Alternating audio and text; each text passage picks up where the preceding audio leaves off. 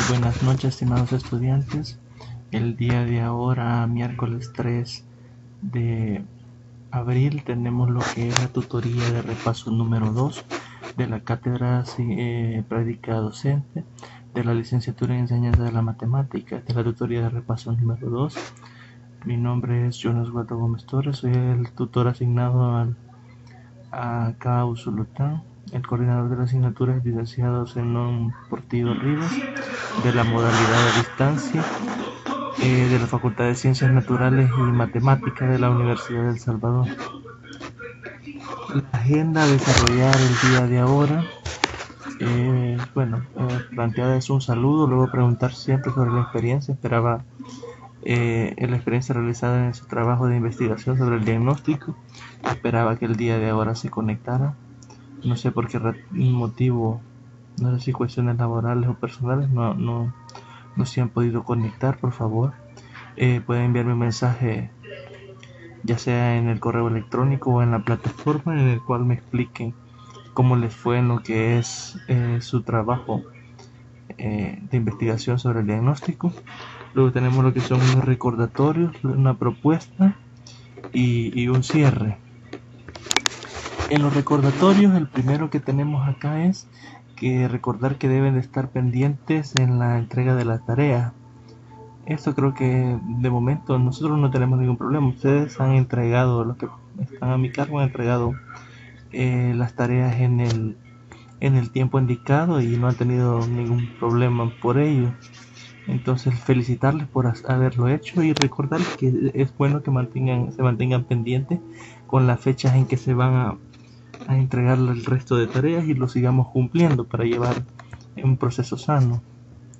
El segundo recordatorio es que pueden observar las grabaciones en la tutoría de la tutoría en la pestaña de tutorías virtuales en la plataforma. Esto sí, ya lo saben, ahí les van a estar cargando lo que son las presentaciones. Yo la voy a subir a YouTube, está siendo grabada, la voy a subir a YouTube y ahí la van a poder revisar después.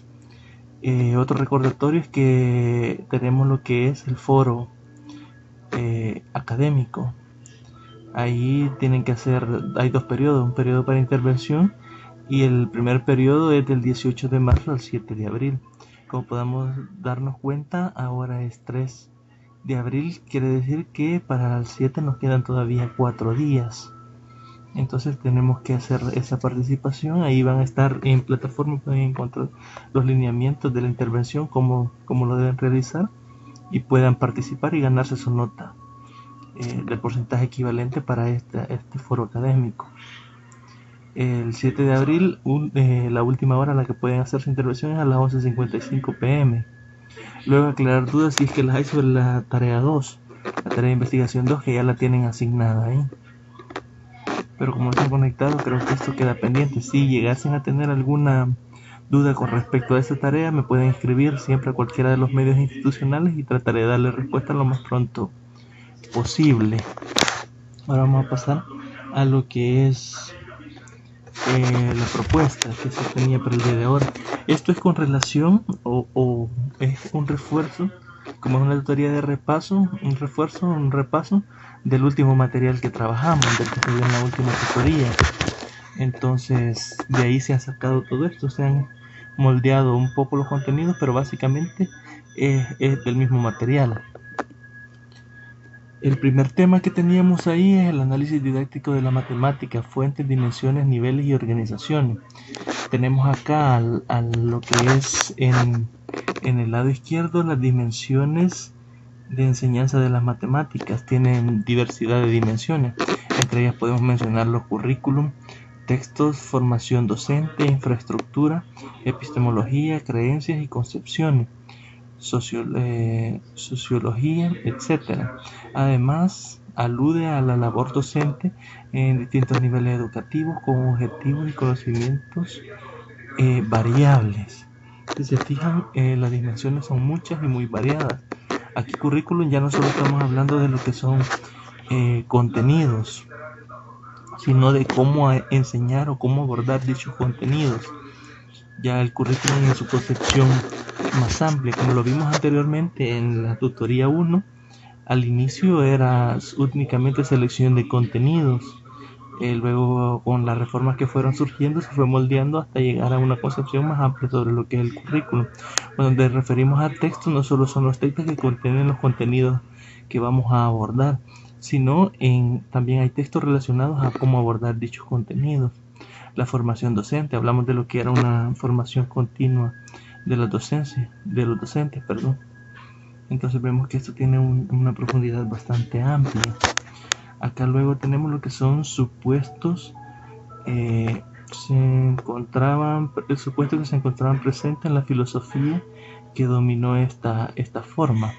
Por un lado, que lo que había que subrayar eran los contenidos y por lo tanto se pretendía tender puentes para acercar los conocimientos del currículum tradicionales a los de las matemáticas que se desarrollaban en las universidades. Rigen 2000, si se fijan, en este sentido es básicamente lo mismo que trabajamos en el material de la unidad 1.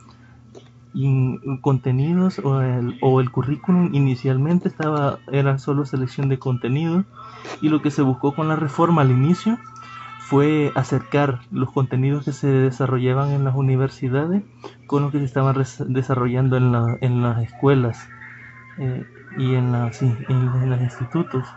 Entonces, de esta forma, solo se trataba de unos simples contenidos y se variaba la profundidad con que se tocaban cada contenido.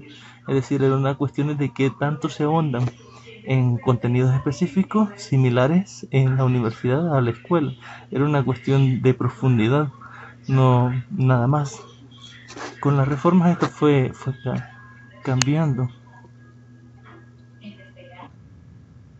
Luego tenemos algo de cómo se fue desarrollando eso que les mencionaba, la reforma. En los años 60, el enfoque había colapsado en la mayoría de los países. Cuando hablamos de este enfoque, estamos hablando del enfoque que consideraba a los contenidos como al currículum como una selección de contenidos y únicamente se leía la profundidad. En algunos con una relación negativa muy fuerte, que por ejemplo en Estados Unidos se llamó Back to Basics, que era una vuelta a lo que existía anteriormente, o volver a lo que ya estaba diseñado, que hacía un énfasis en destrezas, procedimientos y memorización, que si se fijan es básicamente lo mismo que vimos en el material 1. Luego tenemos que en los años 70 la noción de currículum cambió de una concepción reducida a lo que eran contenidos a una perspectiva con objetivos, aproximaciones de la enseñanza y formas de evaluación. En ese sentido, el currículum ya no involucraba únicamente lo que era la selección de contenidos, sino que aparte de eso, ahora tenía unos objetivos para cada contenido y aproximaciones, es decir, cómo enseñar dichos contenidos y las formas en que se iban a evaluar estos contenidos. Y ahí el currículum pasa a una concepción bastante más extensa. Se configura entonces la distinción más moderna entre lo que son programas de formación o temarios de enseñanza basados en contenidos y algunas indicaciones para algún nivel determinado, y el currículum en su concepción más amplia. Esta nueva visión ha generado una dinámica importante en las investigaciones de la didáctica de las matemáticas. Recordemos que la didáctica es la que se encarga de sintetizar el proceso de enseñanza-aprendizaje y de hacerlo de forma efectiva. Es decir, de qué forma yo puedo enseñar X contenido de matemática de forma de que el estudiante lo adquiera o lo aprenda con mayor facilidad. Y cuando hablamos de aprender no estamos hablando de memorizar. Ahora es más importante que el estudiante comprenda correctamente el concepto y pueda aplicarlo que la resolución algorítmica de un problema, es decir, que el estudiante memorice pasos lógicos para desarrollar un problema, o pasos a seguir, o leyes o normas para desarrollar un problema. Hay instituciones en las que aún se sigue enseñando de esa forma, que incluso se considera la matemática como normas o reglas que el estudiante debe seguir para llegar a una respuesta. Hay instituciones aún en las que a los estudiantes se les dicte paso 1 para resolver un problema. Por ejemplo, imaginemos que estamos hablando de ecuaciones con radicales. Nos dicen paso 1, trasladar una raíz al lado izquierdo y pasar todo al lado derecho. Paso 2, elevar al cuadrado ambos lados de la ecuación.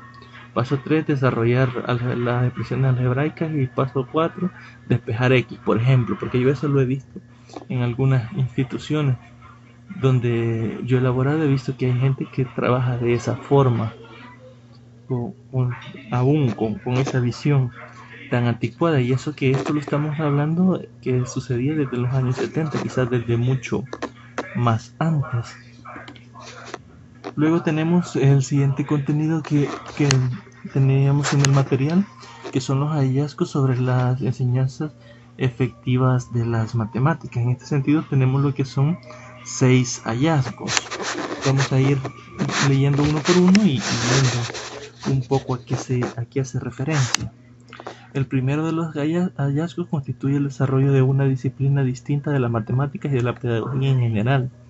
Es decir, cambiar la idea de cómo se veía la matemática o qué era enseñar matemáticas a cómo es ahora. La educación matemática como un espacio profesional y una ciencia con filosofía perfil independiente, es decir, ya en la enseñanza matemática ya es una ciencia independiente. Ya tienen un perfil y tiene una filosofía independiente a cualquier otro tipo de enseñanza. Esta disciplina tiene sus propios objetivos, métodos, parámetros de variación y organización de sus comunidades profesionales y científicas. Para enseñar matemáticas de manera efectiva, aunque no es necesario, no es suficiente dominar los contenidos o poseer conocimientos pedagógicos básicos.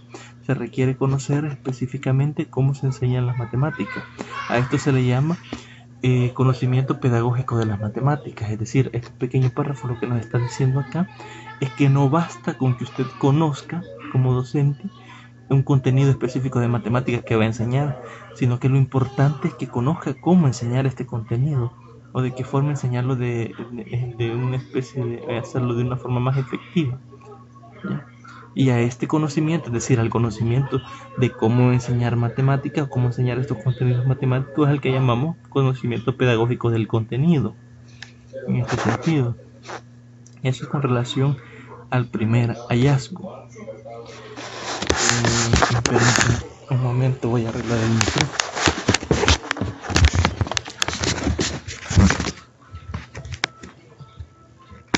Bien, continuemos. No sé si me escuchan. Bueno, creo que sí. En un segundo hallazgo, la importancia de la resolución de problemas en la enseñanza de las matemáticas, con base en el enfoque desarrollado por el matemático húngaro Polya, de 1945 a 1954. Perdón. De una enseñanza sobre o para la resolución de problemas a una enseñanza a través de la resolución de problemas. Aquí podemos ver que se cambió sobre o para por una enseñanza a través de la resolución de problemas. Es decir, antes se enseñaba matemática sobre cómo resolver problemas o para qué resolver problemas. Ahora se enseña matemática a través de la resolución de problemas. La idea de la enseñanza en matemática debe simular en gran medida los procesos de construcción en las matemáticas. Se asume que la esencia de estos justamente la propuesta y la resolución de diversos problemas a través o entre múltiples instrumentos de heurística, es decir, procedimientos específicos, directos o indirectos, que potencian las posibilidades de resolver un problema planteado. Es decir, aquí lo que nos interesa es utilizar la solución de problemas para la enseñanza de la matemática. En la década de los 80, otros países buscaban incorporar este enfoque a sus planes de estudio, Japón, Corea y Finlandia, donde también existen currículos nacionales. Desarrollaron diferentes estrategias para el aula y sus currículos con esta perspectiva. Aquí notamos que Finlandia es uno de los países donde la educación ha sido uno de los pilares fundamentales del desarrollo. Ellos comprendieron bien este hallazgo, este hecho, que había que cambiar la forma en que se enseñaba matemática, de una forma sobre o para a una forma a través de la resolución de problemas. Todos los países que se han dado cuenta de este hallazgo y que lo han incorporado en sus planes de estudio han sido o han venido teniendo éxito en los últimos años. El tercer hallazgo que tenemos, que la comprensión de conceptos es más importante que el aprendizaje de procedimiento, que es similar a lo que les mencionaba anteriormente.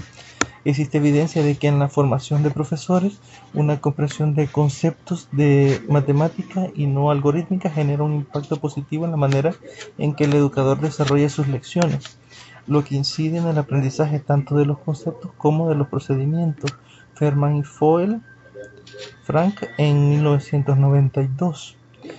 Este hallazgo lo que nos viene prácticamente a ratificar es el hecho de que es más importante, como lo dice el título, que aprendan el concepto específico que el proceso algorítmico para la resolución de un problema.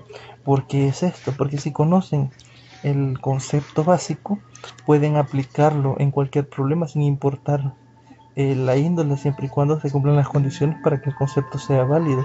Pero si le enseñamos a un estudiante a resolver problemas en base a la solución de un algoritmo o a la siguiendo un algoritmo para poder resolver dicho problema, si algún problema cambia algo, es decir, si algún paso es diferente en alguno de los problemas, ya el estudiante no va a poder resolver el problema, ya que no aplica el mismo algoritmo y no va a poder diseñar su propio algoritmo de solución, ya que no conoce o no entiende el concepto específico utilizado. En ese sentido, decimos que el tercer hallazgo lo que nos dice es eso, que es más importante que la concepción o la comprensión de los conceptos que los procedimientos que hay para la resolución de problemas.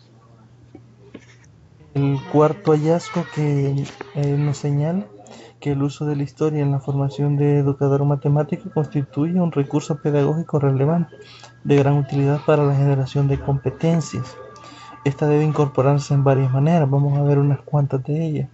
Como un eje transversal en la formación del educador en matemática, bajo este aspecto debe conocer los contextos sociohistóricos pertinentes que permiten entender la mayor profundidad de los contenidos propiamente matemáticos, como los grandes cuerpos teóricos de la matemática están asociados a contextos históricos sociales e individuales, por lo que la historia debe ser parte del curso de las matemáticas. Luego tenemos que, como un curso especializado, elementos históricos aislados y dispersos son más importantes que sean no suficientes para mostrar las relaciones y perspectivas más generales que posee la historia de la disciplina. Los cursos de historia matemática que deben asumir también como uno de los objetivos más generales de competencias para la utilización de la historia en el aula. En los últimos años, muchos resultados en la didáctica de la matemática se han construido usando la historia de esta disciplina. Si nos fijamos, por ejemplo, todos los errores que cometemos cuando enseñamos matemáticas se utilizan para crear metodologías que vengan a solventar estos errores y no seguir replicando ese problema. Entonces la historia, es decir, la historia que se ha desenvuelto en la historia de la matemática, valga la redundancia, viene a ayudarnos a que esto se siga de esta forma. Y el quinto hallazgo que tenemos es que la investigación e información es continua. Existe una relación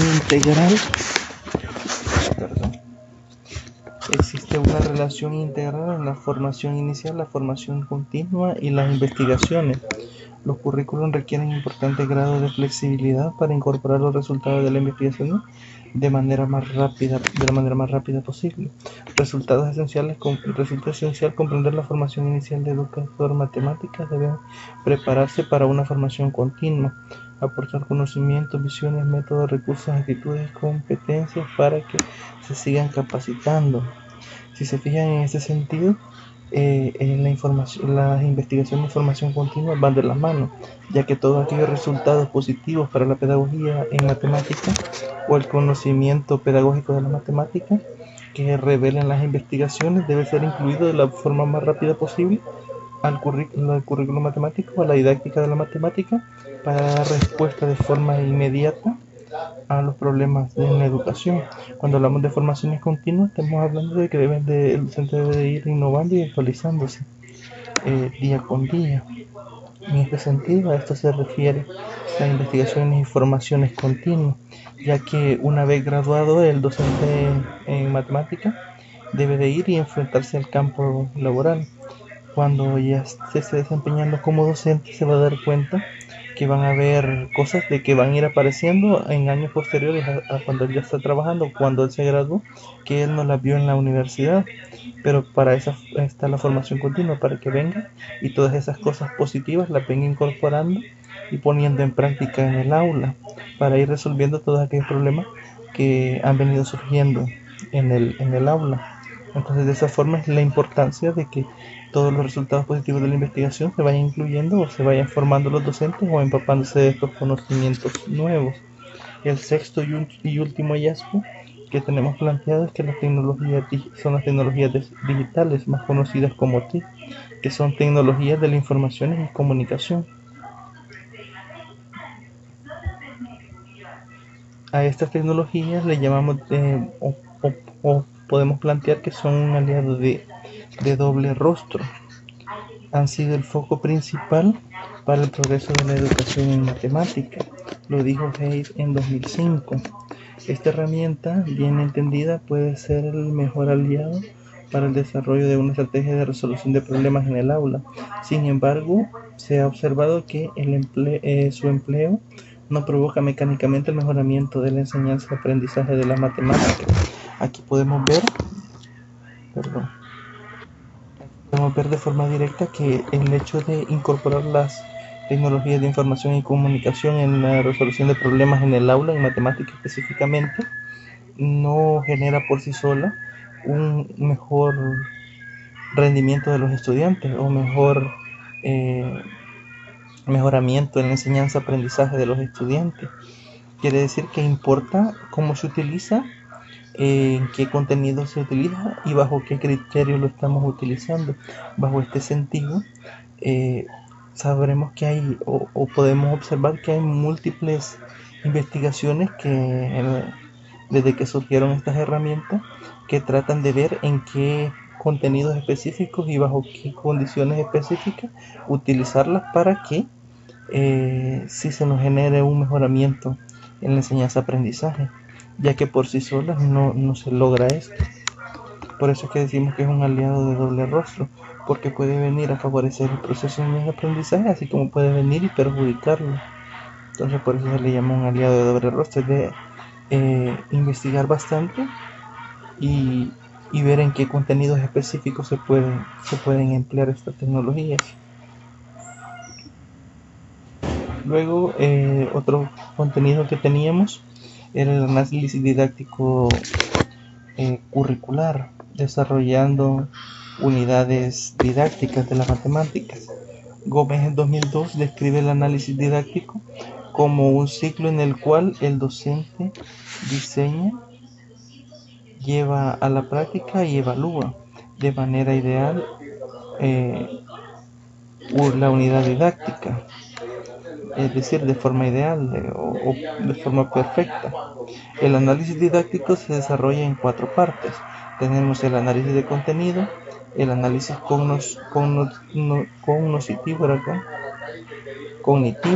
cognitivo, el análisis de instrucción y el análisis de situación. Ya vamos a pasar a ver, esto es un ciclo, si lo notamos acá, comienza acá y damos el ciclo a todos los contenidos, y esto va a ser para la enseñanza efectiva de las matemáticas.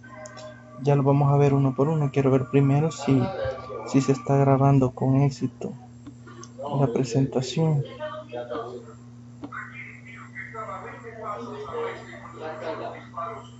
Pues sí.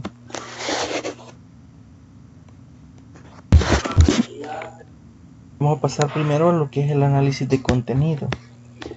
Es la herramienta mediante la cual el docente tiene que identificar, organizar y explicar los distintos puntos de vista de un concepto matemático.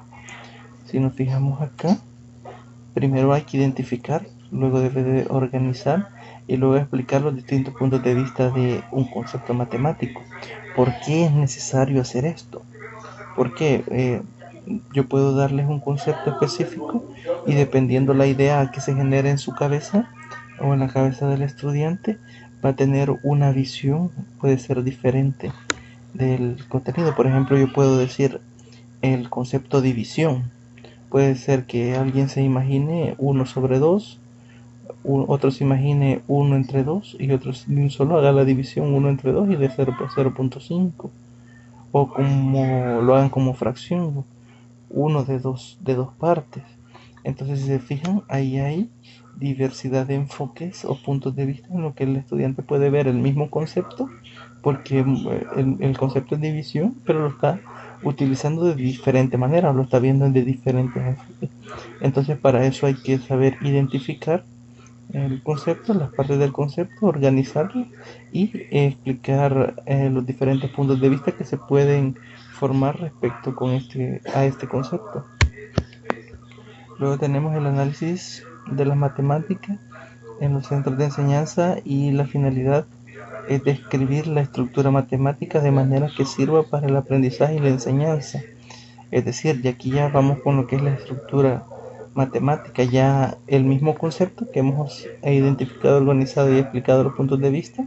Y en esta etapa siempre del contenido tenemos que ver el análisis matemático, es decir, la estructura matemática que tiene el concepto y cómo enseñar para que sirva para el aprendizaje y la enseñanza en el aula, cómo es la forma correcta de utilizar ese contenido.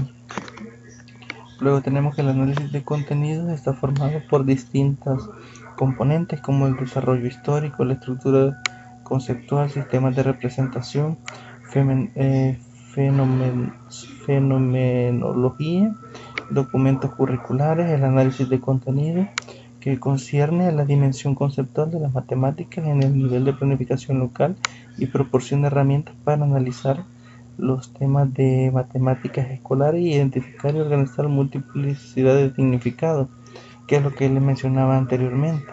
Un concepto puede tener muchos significados diferentes, así como pueden verlo de diferentes puntos de vista, dependiendo del cerebro o los conocimientos previos del estudiante, el cual está recibiendo la información. La expresión contenido de las matemáticas escolares no tiene un único significado. El contenido de la matemática escolar puede hacer referencia tanto a los contenidos que se identifican en el currículum oficial de un país como a los que recogen los libros de texto, a los del profesor determina que va a trabajar en su clase sobre un tema determinado. Es decir, los contenidos matemáticos escolares no únicamente son los que estén en el plan de estudio del Salvador, por ejemplo. Aquí puede el docente irse y auxiliarse de que contamos con la tecnología de internet, por ejemplo, y buscar ejemplos o ejercicios o teorías de algún concepto determinado, y si ese contenido se utiliza en el aula, entonces ya será parte del contenido matemático escolar. Eso lo puede determinar el docente. Luego el siguiente que tenemos es el análisis cognitivo, la herramienta del profesor para prever el futuro a través del alumnado y cómo puede progresar en su conocimiento matemático al realizar tareas de enseñanza y aprendizaje. Es decir, vamos enfocado a la estructura de las tareas y cómo estas tareas va a ayudar al conocimiento cognitivo del estudiante. El profesor tiene que tener en cuenta los objetivos y los contenidos de la unidad. El profesor explica una hipótesis de uno de los alumnos, puede mejorar construyendo su conocimiento matemático al enfrentarse a una actividad de aprendizaje y enseñanza.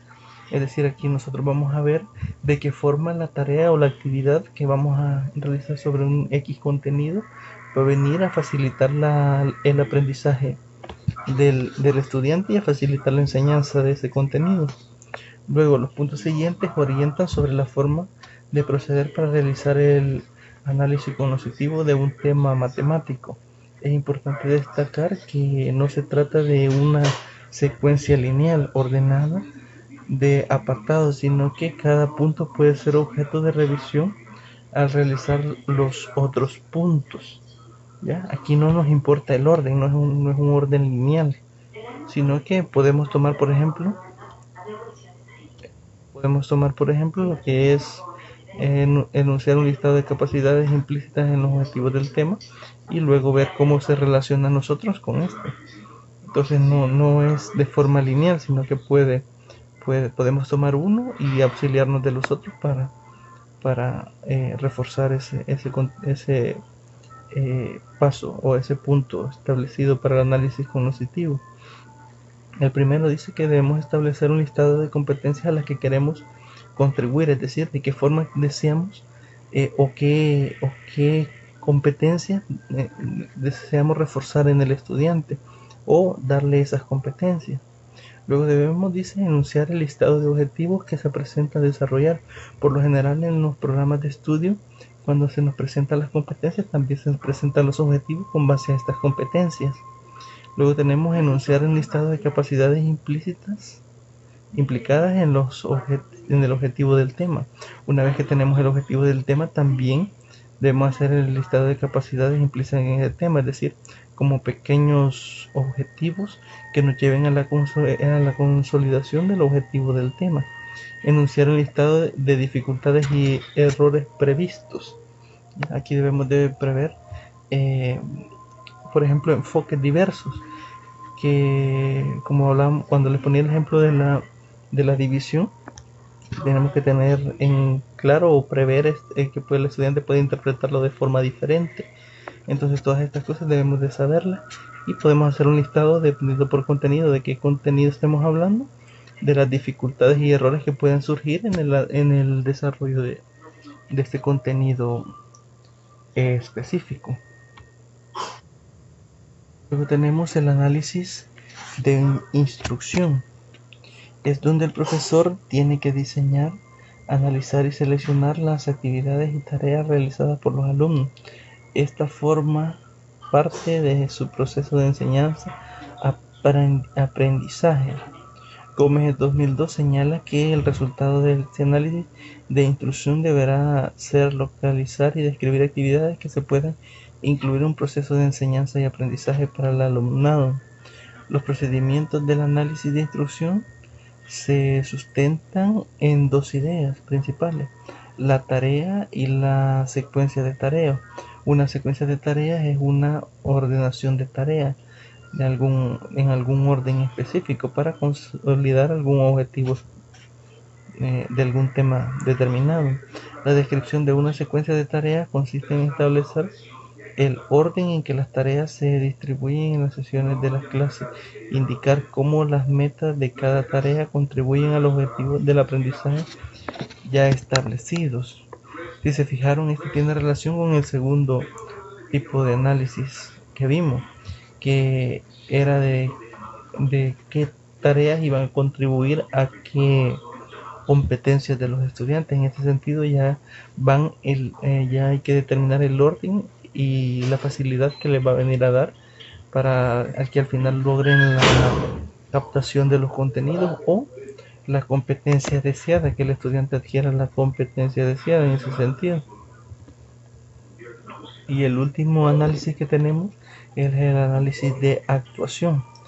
El interés de esta etapa del ciclo didáctico se centra en la planificación del seguimiento del aprendizaje de los estudiantes y de la propia enseñanza durante la implementación de lo planificado en el análisis de instrucción, con objetivos de comparar las previsiones que han hecho en dicha planificación con lo que sucederá cuando se lleve a cabo en el aula.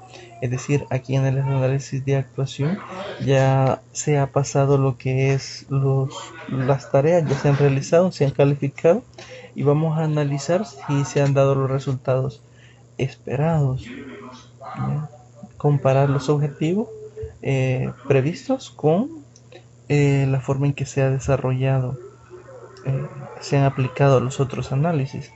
La comparación de lo planificado con lo acaecido en el aula, así como las reformulaciones permiten a posteriori se llevará a cabo una vez implementadas las propuestas didácticas en los contenidos matemáticos siguientes. Es decir, como esto era un ciclo, una vez que se hace este análisis y se corrigen todos estos errores, vuelve a iniciar el ciclo con otro contenido y así se va puliendo lo que es este proceso de enseñanza-aprendizaje basado en estos 4 tipos de análisis. Dependiendo de la concepción que los profesores tengan de la evaluación, la relación entre estos dos procedimientos pueden ser más o menos estrecha. Así, desde la perspectiva de la evaluación formativa, en la que se indicará la etapa, el énfasis está puesto en promover el aprendizaje de los estudiantes. Ya en este sentido depende bastante del docente que tan estrecho estén apegado a estos análisis, dependiendo de la visión que tenga sobre lo que es la evaluación. Y el siguiente contenido nos dice que el desarrollo de unidades didácticas de las matemáticas. Si se fijan hasta acá, no hemos definido lo que son unidades didácticas. Vamos a hacerlo en esta etapa. Para ello vamos a recordar algunas de las definiciones de lo que son unidades didácticas. La primera que tenemos aquí, en la parte superior izquierda, nos dice que la unidad didáctica, unidad de programación, será la intervención de todos los elementos que intervienen en el proceso de enseñanza-aprendizaje con una coherencia metodológica interna y por un periodo de tiempo determinado. La segunda que tenemos nos dice que la unidad didáctica es la interacción de todos los elementos que intervienen en el proceso de enseñanza-aprendizaje con una coherencia interna metodológica y por un periodo de tiempo determinado. Si se fijan y analizamos las primeras dos o las comparamos, siempre nos dice que está en un periodo de tiempo determinado. Nos dice también que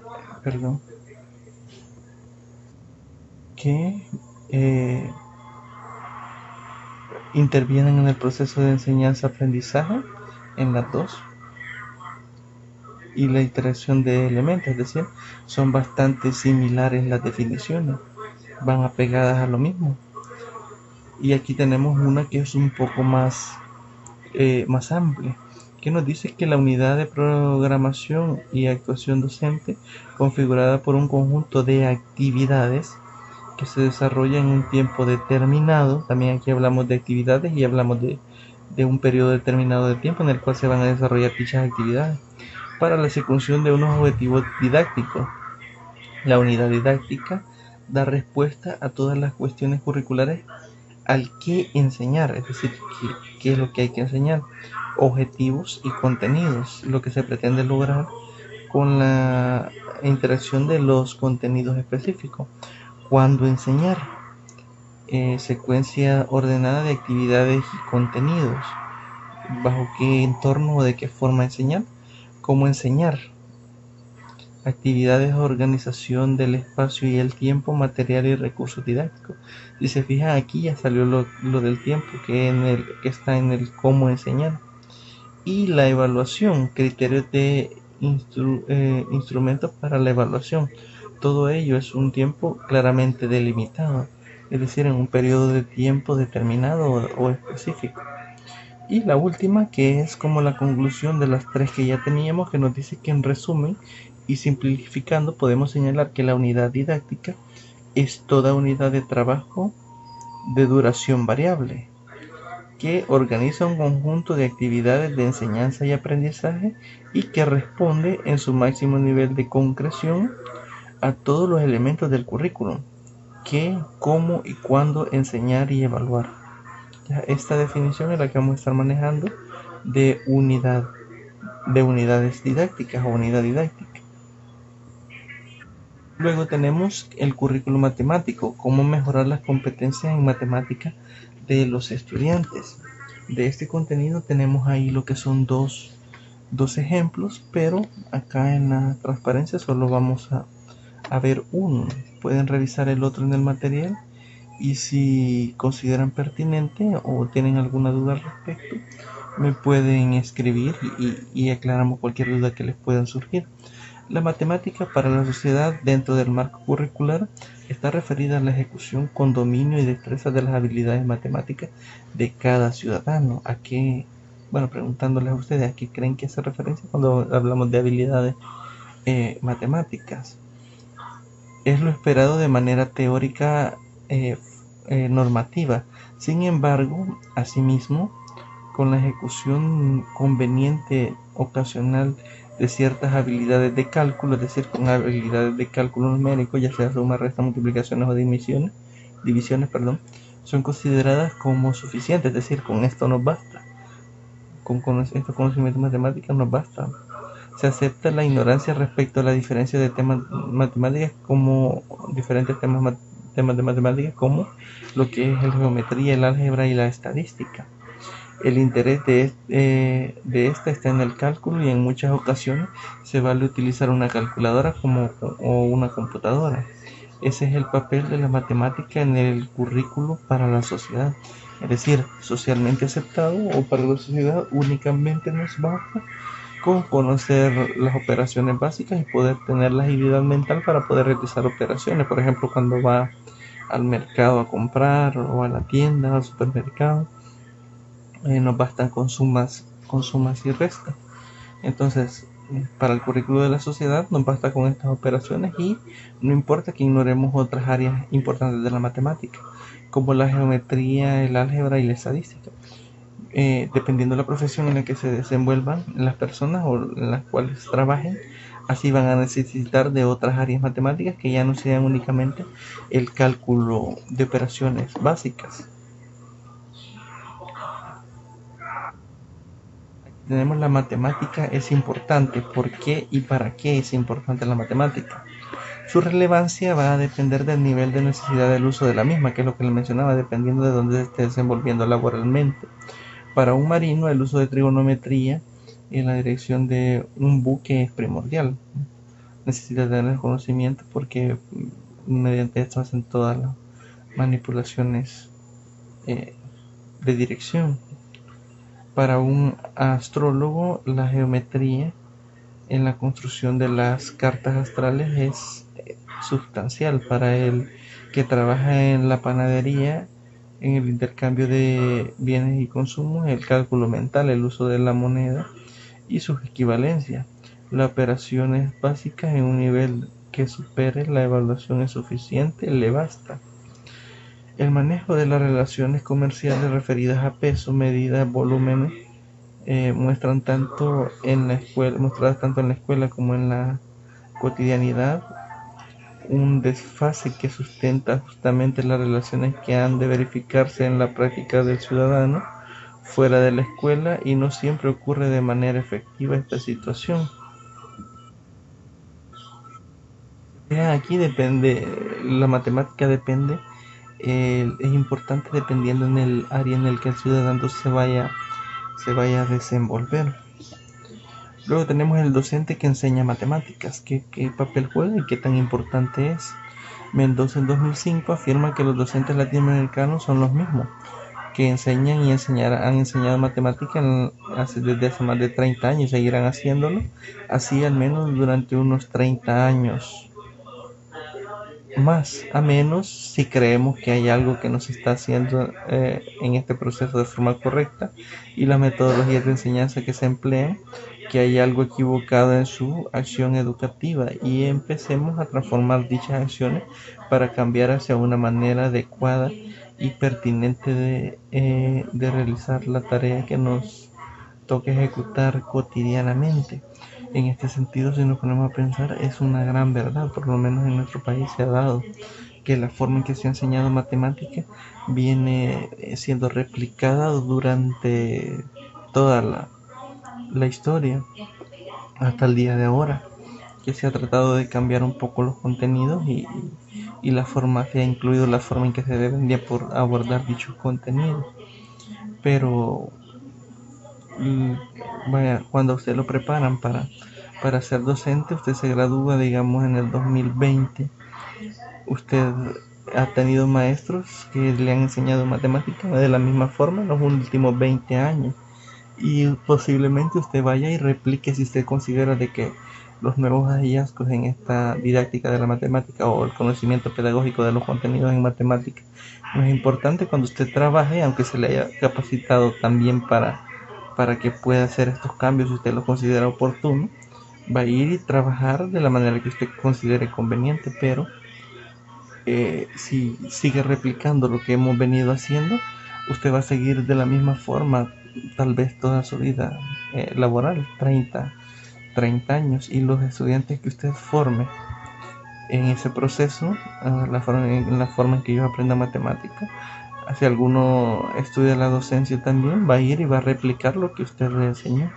Entonces, mientras no tengamos la concepción clara de aquellas cosas que hay que cambiar y consideremos que lo que se está haciendo mal y hay que buscar las formas, procesos, métodos que solucionen, o metodologías que solucionen estas cosas que no se han estado haciendo de la forma correcta, vamos a seguir replicando este mismo sistema de enseñanza. El conocimiento del profesor es difícil de delimitar por las características específicas de la profesión. Sus clientes son personas en formación que no tienen conciencia clara de lo que el docente puede suministrarles. Además, el conocimiento profesional está mediatizado por un contenido científico que les sirve de soporte. En este sentido, lo que nos quiere dar a entender acá es que como el que recibe el, digamos, el conocimiento de parte del docente es el estudiante, y el estudiante no tiene una concepción clara de lo que debe de aprender en el aula, no se le puede juzgar al docente por los conocimientos que está impartiendo, ya que el cliente, digámoslo así, si lo tomamos como un producto de la educación, está en formación y no tiene los conocimientos claros. Nosotros tuvimos la experiencia con unos compañeros también de matemática, que nos metimos a estudiar en una universidad acá privada, y nos pusieron a alguien que nos diera estadística, pero él no manejaba estadística. En ese sentido, nosotros sí notábamos que él tenía deficiencias en estadística, pero porque nosotros teníamos conocimiento en el área. Si nosotros no hubiésemos tenido este conocimiento matemático sobre la estadística, no hubiésemos podido juzgar si lo que él nos estaba dando era correcto o no, o era pertinente. Y en este caso específico sí nos pudimos dar cuenta, pero porque nosotros ya teníamos una formación específica en matemática, pero en la mayoría de casos esto no sucede. Por lo tanto, es difícil tener los conocimientos claros del docente por estas mismas razones. Para Schulman, en 1986, una de las competencias del conocimiento del profesor que está ligado al conocimiento que enseña es el conocimiento didáctico del contenido. No es exactamente el conocimiento matemático del que dispone el investigador en la matemática, ni el ingeniero. Tampoco se reduce al conocimiento matemático escolar, sino se refiere al conocimiento de cómo enseñar estos contenidos específicos de forma efectiva. Es necesario que el docente sea pedagógico, tiene que tener una mano en el arsenal de formas de representar un objetivo matemático, algunas derivadas de la investigación y otras derivadas de la práctica. El conocimiento del contenido pedagógico también incluye la comprensión de lo que hace que determinado tópico sea más fácil o difícil de aprender. Las concepciones y preconcepciones que más frecuentes tienen los estudiantes de distintas edades y los marcos en los que estos estudiantes aprenden. El profesor como un profesional reflexivo. Es práctico que resuelve problemas por ensayo y error, puede llegar a obtener resultados exitosos, pero se deberá más a su intuición y al azar que a una actuación profesional, como la que está defendiendo en esta ponencia, se está defendiendo en esta ponencia. Para concretar las características del docente profesional reflexivo, recurrimos al modelo de actuación reflexiva propuesta por el didáctica de Smith. Se trata del ciclo reflexivo de Smith, que fue planteado en 1991. La actuación docente reflexiva cierra para Smith 4 fases a realizar de la manera cíclica. Ya lo vamos a ver más a detalle y en su ciclo específico, pero lo que acá nos dice que para ser un docente profesional o para ser alguien profesional, ya sea en cualquier carrera en que se vaya a desenvolver, es importante que tenga algún respaldo teórico sobre lo que está realizando. Por ejemplo, aquí nos dice de que, bueno, el material menciona que alguien puede meterse a la cocina y hacer una comida muy deliciosa, pero puede hacerlo mediante prueba y error o a través de la práctica, mediante ensayos.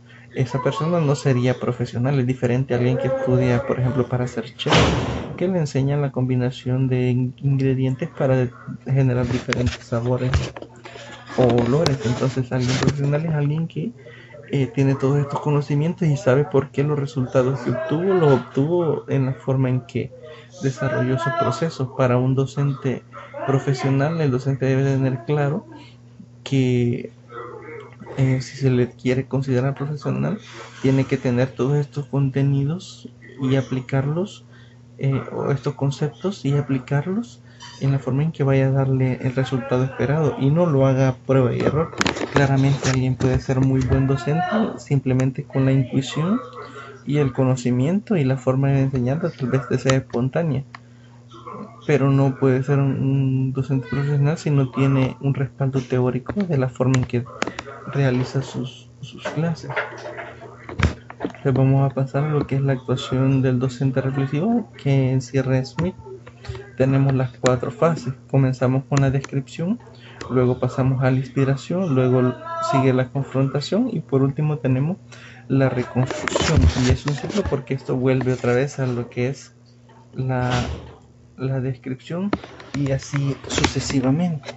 Vamos a ver lo que es un pequeño ejemplo de cómo se aplica este ciclo para ir cerrando con la presentación del día de ahora. El ejemplo dice: problemas en la enseñanza de la división. Descripción. Ese sería, si se fijan, es la primera etapa del ciclo de Smith. Observar de la experiencia de la clase y descripción de los contenidos. Los alumnos hacen más rápidamente el problema de repartir 20 metros entre 5 niños que el de cuántos trozos de 5 metros salen en 20 metros de tela. Si se fijan, ambos son problemas de división, pero en la descripción el docente ha notado que los estudiantes resuelven más rápido cuando se plantea como división, decir 20 entre 5, que cuando se plantea como pregunta: ¿cuántos trozos de 5 metros salen en 20 metros de tela? Ya se plantea de forma diferente, pero siempre es un problema de división. Entonces, en la descripción el docente ha notado que existe un problema ya al plantearlo de forma diferente. La siguiente etapa que tenemos, si nos vamos a verla, es la inspiración. Una vez que describimos el problema, el profesor busca en qué teorías se está basando. Ambos son problemas de división. Tienen números sencillos, porque si nos fijamos tienen exactamente los mismos números, es la misma operación. Ambos pueden hacerse mediante la manipulación, aunque se trata de magnitudes continuas.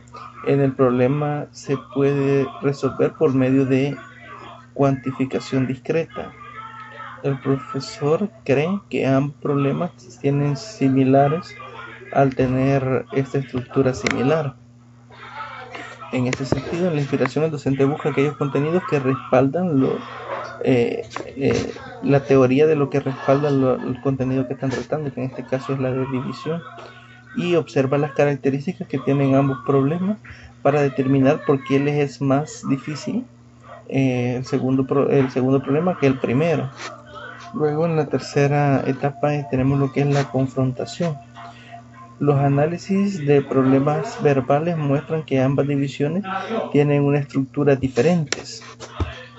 Mientras que el primero hay un reparto, en el segundo aparece una comparación o una resta repetida. Y ambos tipos de problemas no se resuelven con igual frecuencia en la clase, es decir, la mayoría de estudiantes resuelven más rápido el primero que el segundo, entonces no tienen la misma frecuencia en la que se desarrolla cada problema. Si se fijan, acá se dice resta repetida porque dice cuántos trozos de 5 metros salen en 20. A 20 le restamos 5 y tenemos 1. A 15 le restamos 5 y tenemos 2. A 10 le restamos 5 y tenemos 1, y ahí nos salen los 4 trozos, los 4 trozos de tela. y aquí el estudiante realiza la división de forma inmediata. Entonces el docente en la confrontación ha notado eso, que con mayor frecuencia se resuelven los que están planteados de la primera forma que los que están planteados como una resta repetida. El cuarto y último elemento del proceso de reflexión es la reconstrucción, que es el que veíamos acá, que nos dice que el profesor busca resolver problemas de división, comparación por medio de diversos modelos lineales. ¿Cuántos saltos de 3 escalones ha de dar para bajar una escalera de 15 escalones? El cartesiano, ¿cuántas cajas de 4 caramelos puede llenar con 28 caramelos de una bolsa? De medida, ¿cuántas pesas de 6 kilos tienen que colocar para equilibrar un peso de 24 kilos? Alguna vez es describir el problema que se refiere a la división de reparto, es decir, en la reconstrucción el docente debe de reforzar aquel o aquella parte del problema, del contenido, en este caso la división, en la que el estudiante tiene más problemas. Ya vimos que en ese sentido es cuando hablamos de reparto, por eso el docente busca actividades o ejercicios o problemas que vengan a fortalecer esta parte en el contenido de división. Y para ello busca diferentes modelos. Ya veíamos ahí el lineal, el cartesiano y el de medida, por ejemplo. Entonces, si se fijan, ahí vuelve otra vez a lo que es la descripción, dependiendo de los problemas que tuvo en la reconstrucción. Si el estudiante logró solventar el contenido con los problemas que se plantearon en la etapa de la reconstrucción, ya en la descripción ya pasamos a otro contenido. Si no, se repite el contenido de división y hay que volver a pasar por la etapa de inspiración, por la etapa de confrontación y por la etapa de reconstrucción hasta que el contenido esté totalmente asimilado. Eso es el ciclo de docente reflexiva que encierra a Schmidt. Son las 4 fases. Y con eso concluimos lo que es la presentación del día de ahora, miércoles, que era la tutoría de repaso. Cualquier duda o consulta nos la pueden hacer llegar ahí al correo o en plataforma, en cualquiera de los medios institucionales que tenemos. Les deseo una feliz noche y cualquier cosa, ahí estamos a la orden. Saludos.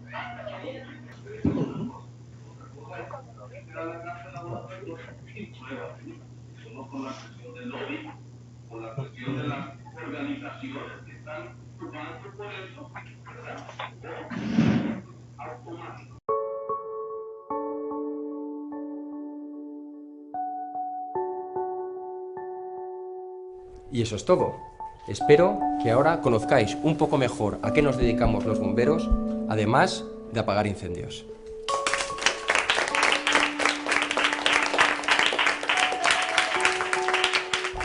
Bueno, chicos, seguimos con el Día de las Profesiones. Y ahora es el turno del padre de Sergio, que nos va a contar a qué se dedica.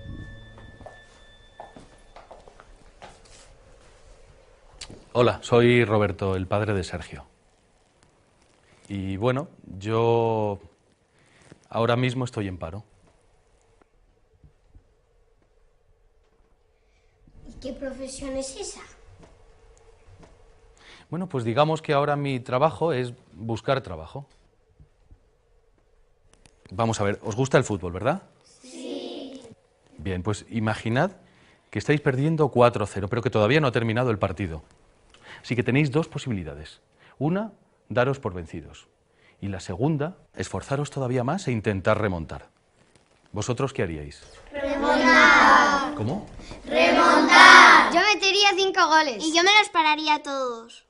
Muy bien, pues eso es lo que yo estoy haciendo. Intentar remontar. El adversario es muy duro y hay que dejarse la piel. Y hay que hacerlo lo mejor posible. Y para eso hay que esforzarse todavía más.